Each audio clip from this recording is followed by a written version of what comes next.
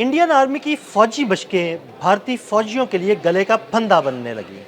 कभी लड़ाका तैयारों की हंगामी लैंडिंग, तो कभी टैंकों के डूबने के वाकयात, और कभी किसी टैंक में धमाका हो जाता है।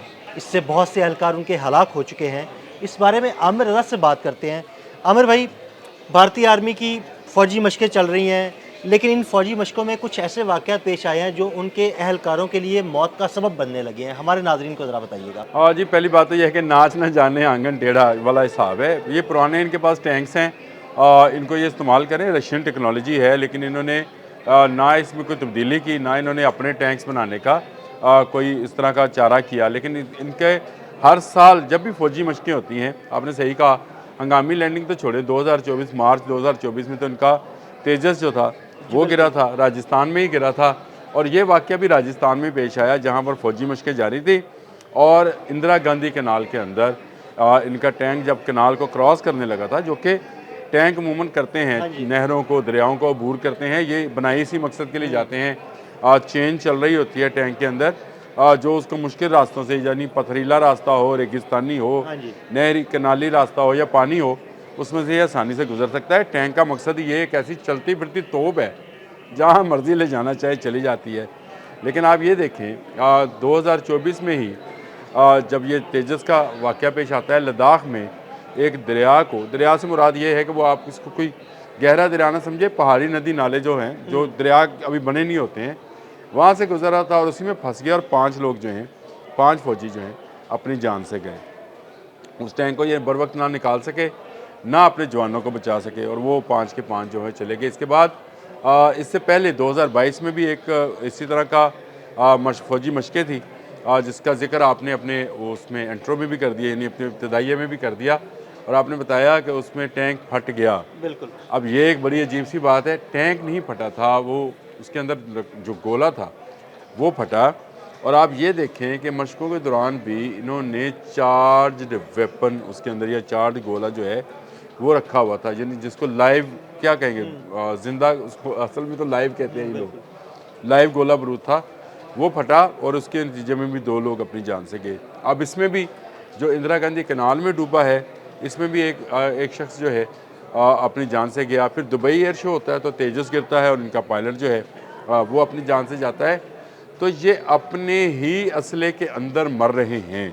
असल बात मैं आपसे ये करना चाह रहा हूँ, भारतीय जो हैं दावे तो बहुत करते हैं, बहुत बुलंदो-बांग दावे हैं भारतीय हुकूमत के भी, भारतीय जो सेना के चीफ़ हैं उनके भी, और जो भारतीय मीडिया है उसका भी। लेकिन हालात ये हैं कि इनके फ़ौजी बुरी तरह से फंस चुके हैं। वो फंस किस चीज़ में गए हैं? वो इस चीज़ में फंसे हुए हैं कि उनको दे कुछ नहीं रहे हैं, लेकिन उनसे तवक्कुआत बहुत ज़्यादा हैं। यानी आपने इनके पास जितना असलहा, गोला बारूद, इनके पास टेक्नोलॉजी, टैंक, जहाज़, वो सारे पुराने हैं, वो अपग्रेड ही नहीं हुए, और वक्त के साथ साथ जो है ना ऑब्सलीट होते जा रहे हैं। जी, बिल्कुल आपने सही कहा। इसका इसका अंदाज़ा आप इस बात से लगाएं कि भारतीय इंटेलिजेंस की जो है कारकर्दगी यहाँ तक है कि इनको पाकिस्तान के पास क्या क्या कुछ मौजूद था उसका अंदाज़ा ही नहीं था। पुरानी टेक्नोलॉजी के साथ ये जंग मई में उतरे और उसका नतीजा आपने देख लिया कि इनके 8 जहाज़ जो हैं वो गिरा दिए यानी गए। जो एक आध नई टेक्नोलॉजी लेके आए थे राफेल की शक्ल में, वो वैसे ही बात तबाह हो गई। समझे, मैं बात राफेल की या जेट-10C की नहीं कर रहा हूँ। टेक्नोलॉजी क्या थी? टेक्नोलॉजी थी कि आपके वेपन्स को अंधा कर दिया जाए, आपके जहाज़ को जो है उसके रडार्स को सील कर दिया जाए, और ये जहाज़ों ने आपस में नहीं किया है। ये एक नई टेक्नोलॉजी थी जिस पर आप मुझसे बेहतर समझते हैं कि एक बुलंदियों पर मौजूद जी जहाज़ ने बिल्कुल। जो है तमाम रडार्स ब्लॉक किए, यानी उन्हें ब्लाइंड किया, उन्हें लॉक किया। अपना मिसाइल जो है उसको छोड़ा गया, लेकिन उसने कोई फायर सिग्नेचर जो हैं नहीं छोड़े, यानी उसका रडार भी बंद किए रखा। ये एक लंबी कहानी है, अगर आप किसी वक्त कहेंगे तो उसको भी बयान कर देंगे। और जब ये इनके जहाज़ों को इतला हुई तो वो बहुत इतना करीब था कि वो अपना हाँ पैंतरा जी भी नहीं बिल्कुल, बदल इजेक्ट सके। ही नहीं कर सके वो। तो ये मामला था। तो मैं यही बात कह रहा हूँ कि टेक्नोलॉजी का नाच न जाने आंगन टेढ़ा, मैंने शुरू में इसलिए कहा था कि आपने इतनी अच्छी टेक्नोलॉजी जो कि राफेल की सूरत में आपके पास थी, आपने वो मरवा दी। आपके पास इतनी अच्छा इंटरसेप्टर था दुनिया का जदीद तरीन S-400 वो आपने तबाह करवा लिया। आपके पास एक ऐसा मिसाइल था ब्रह्मोस के नाम का जिससे दुनिया के किसी मुल्क को भी डराया जा सकता है, उसको आपने डिटेक्ट करवा लिया। आपके पायलट की कॉल जो है वो यहाँ सुनी जाती है। तो इसका मतलब ये है कि आपकी ना सिर्फ टेक्नोलॉजी में बल्कि आपकी ट्रेनिंग में भी खामियां हैं, और आपकी ये ट्रेनिंग की खामियां जो हैं आपकी फ़ौजी मशकों में नज़र आती हैं। पाकिस्तान जहाँ दुनिया भर के दूसरे ममालिक के साथ फ़ौजी मशक़ें कर रहा है, वहाँ पर भारतीय अपने मुल्क में होने वाली फ़ौजी मशकों में जो खुद ही कर रहे होते हैं, कंडक्ट कर रहे होते हैं, उसमें भी मर रहे हैं।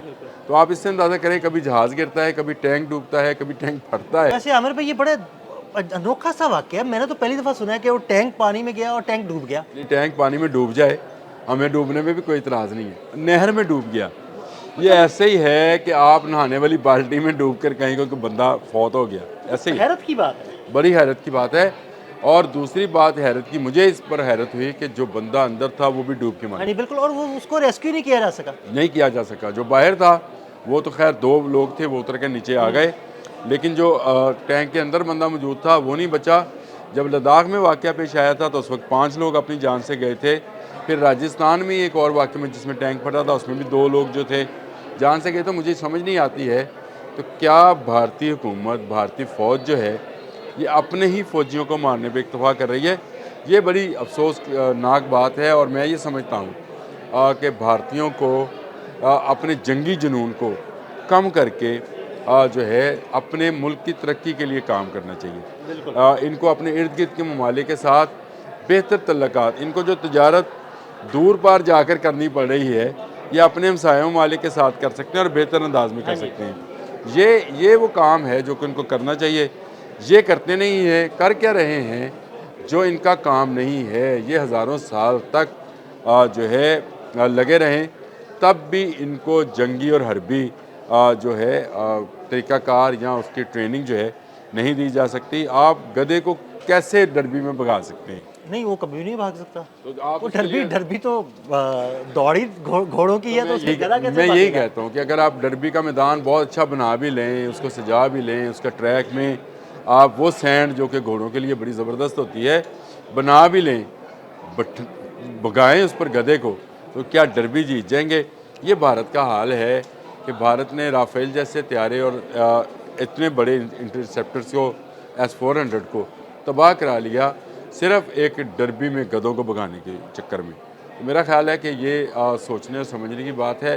भारतीय पॉलिसी मेकर्स जो हैं उनको समझना चाहिए कि जो काम उनको नहीं आता है वो ना करें, बल्कि अपनी फ़ौज को वो जो उसकी धाक थी, जो उसका दबदबा अपने मीडिया के ज़रिए, झूठे प्रोपेगेंडा के ज़रिए बनाया हुआ था, उसको भी तबाह व बर्बाद करवा रहे हैं।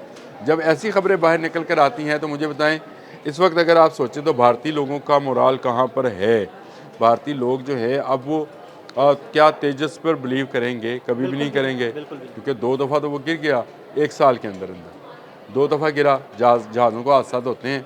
उस दिन हमने F-16 को तुर्की के हाथों गिरवाया था, उसी दिन वाकई F-16 गिर गया, उसका एक हादसा पेश आया। उसको हो जाता है, लेकिन 1 साल में 2 तेजस गिर रहे हैं। इसका मतलब ये है कि 82 से आपने जो प्रोजेक्ट शुरू किया था वो अभी 2025 में भी आकर मुकम्मल नहीं हुआ, इतने सालों के बाद भी।